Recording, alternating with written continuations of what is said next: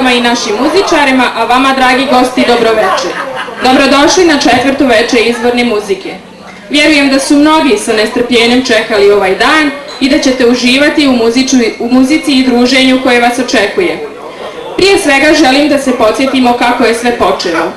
Prije 4 godine Milovan Perić Aman pokrenuo je inicijativu za održavanje Ilindanske večeri izvorne muzike, a kao pisac pjesama za grupu Koktel Crnča, koja postoji od 2005. godine, njegova ideja naišla je na odobravanje brojnih saradnika.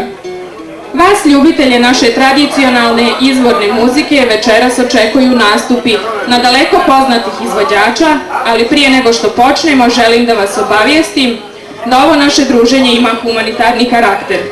Na ulazu u šator postavljena je kutija u koju možete donirati novac za udruženje djece sa posebnim potrebama Sunce Derventa.